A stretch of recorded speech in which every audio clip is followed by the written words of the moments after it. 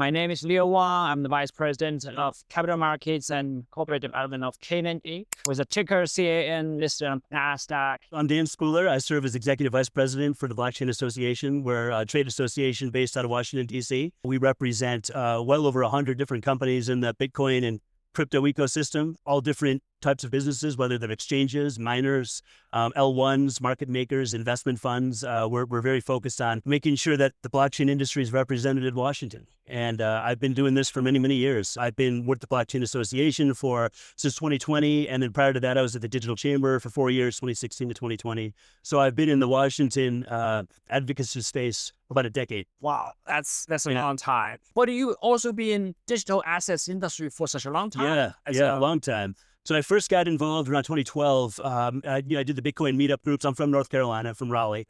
And there was a few great early meetup groups. I went to them and I met a lot of great people early on. Jameson Lopp, he's a big name in the space now. He was involved. So me and my brother and a few other my partners at the time, we thought, well, surely there's a lot more people thinking about this Bitcoin thing than just us. So we decided we should put on a conference, and we did. We put on a Cryptolina Bitcoin Expo, we called it, in Raleigh in 2014. Oh. We did one the following year in Charlotte in 2015, but the original one in 2014 was great. It's actually David Bailey was one of the very, very first folks that I introduced myself to. I met him really on Reddit, and we just communicated with one another, and I asked him, do you think it's a good idea? Because he was obviously over in Tennessee, and his mother was over in Charlotte.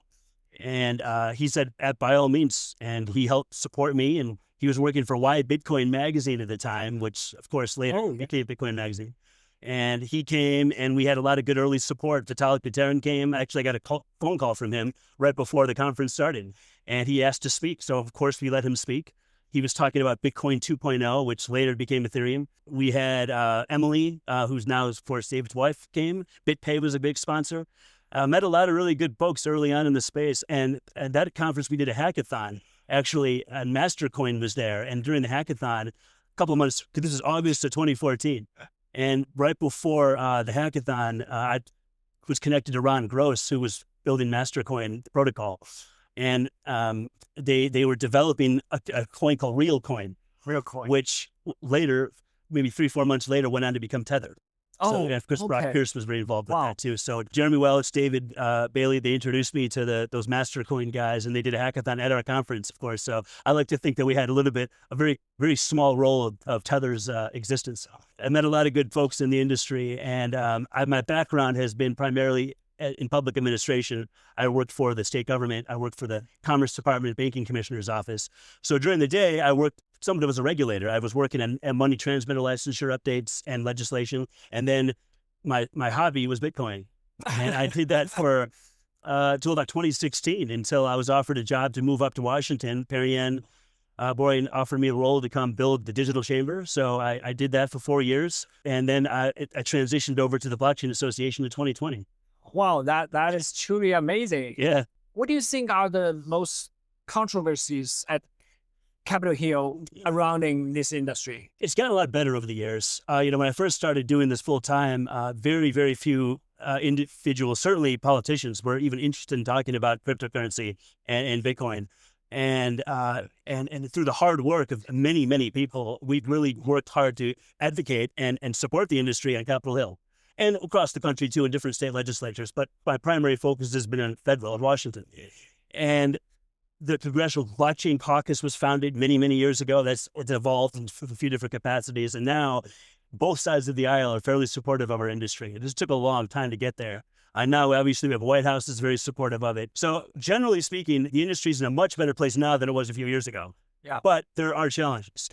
We've had some victories. We've had some setbacks. There's been multiple attempts over the years to get market structure clarity, to finally define what is a security, what is a commodity, what is this. So it's not just these agencies that are making the rules as they go, as we saw under Gary Gensler. But there's been challenges. I would say that the success we had with Genius, last year when it was passed, signed into law, that was a very, very big milestone for our industry. But arguably the Clarity Act, which is pending right now, is much more consequential. And if we can get this done, I think it'll have a very, very big impact on the legitimacy of our industry, on the market, and just general sentiment. But there's a window of opportunity, and we're very, very close to losing that window. And so that's why this year in particular is very important to get this done. That's why membership and support from community is vastly important for this, right? Yeah, we can't do it without our members. I think that's really something, obviously, for your listeners to understand. On this, it's not us that is making these decisions. It's the member companies, it's the builders here at these conferences that are out there doing the real work. Yeah. And we need to represent their interests on Capitol Hill so that they can have a very good economic climate to do business in. That is not going to happen if if there's no rules of the road. Because if Congress doesn't make these laws, then these agencies can execute however they see fit. And the day may come where we may have another Gary Gensler type that comes into office, and then we'll have a big problem. Yeah. So if we get this passed, if Congress passes this law, then these agencies will have to follow suit because Congress makes laws.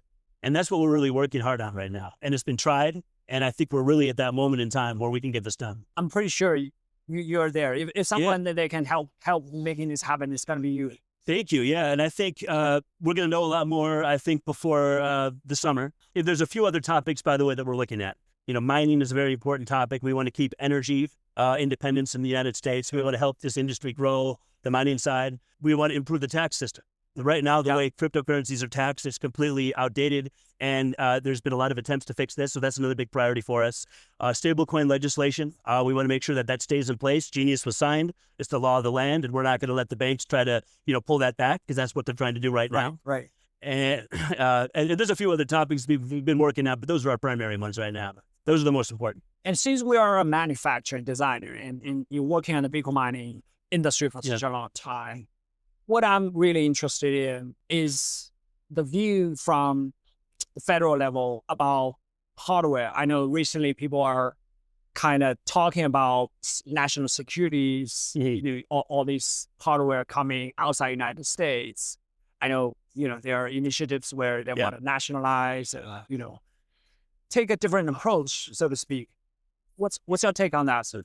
Well, we want to keep manufacturing in the United States, especially on the mining side. And not just mining, by the way. This includes data centers. This includes high-performance compute. This is all going to be coalescing together. A lot of the big mining companies that we've represented over the years, whether they're the miners themselves or the manufacturers, they're not pivoting, but they're branching off and expanding into the data center conversation around artificial intelligence. And this is a very, very big issue. So it's not even just an economic issue. This is, it's a national security issue. And I think this country in particular is interested in keeping that fair and keeping that balanced here in the United States. And that's why we're very, very happy to have companies like yours expand in the United States. And I think you're going to have some great success on that because it's all over the country. There's different states that are very, very much interested in bringing back manufacturing to their hometowns. And this is one of those areas where it's really doing the opposite of slowing down. I mean, this is just explosive growth right now. And part of what we're doing as an advocacy organization is to spread the good news and to say this is actually really good for the economy, it's good for local development, economic development, and it's good for the national security. So I think Canaan in particular is in a really good position right now to maximize these efforts.